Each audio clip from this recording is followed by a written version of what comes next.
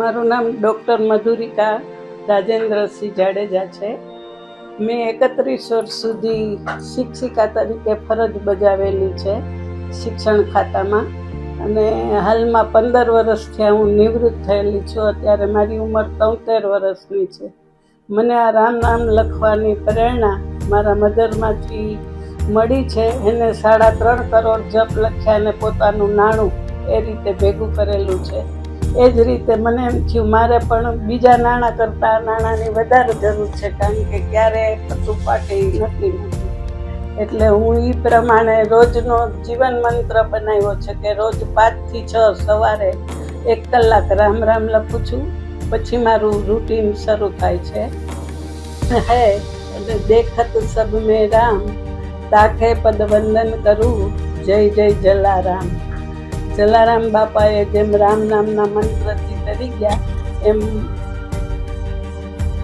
છે કે રામ નામથી મારો જે કાંઈ ઉદ્ધાર થશે, અને એના માટે થઈને શ્રી રામચંદ્ર કૃપાલુ ભજ મન હરણ ભવ ભય દારુણમ, નવ કંજ લોચન કંજ મુખ કર કંજ પદ કંચારુણમ, કંદર્પય ગણિત અમિત છબિ નવ નીલ નીરજ સુંદરમ, પટ પીત માનહુ તડિત રુચિ શિખી નૌમિ જનક સુતાવરમ, શિર મુકુટ કુંડલ તિલક ચારુ ઉદાર અંગ વિભૂષણમ, આજાનુ ભુજ સર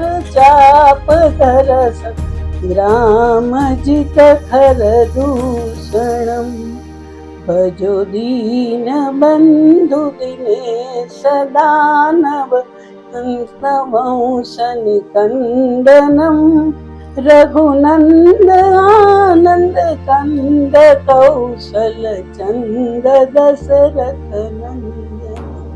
દરેકને એવું હોય, કોઈ એમ માને કે હું ધ્યાન કરવાથી ઈષ્ટદેવને પામી શકીશ, કોઈ એમ માને કે માળા કરવાથી હું ઈષ્ટદેવને પામી શકીશ, કોઈ યજ્ઞ બીજી કોઈ ધાર્મિક પ્રવૃત્તિ કરીને ઈશ્વરને પહોંચવાનો માર્ગ કરે.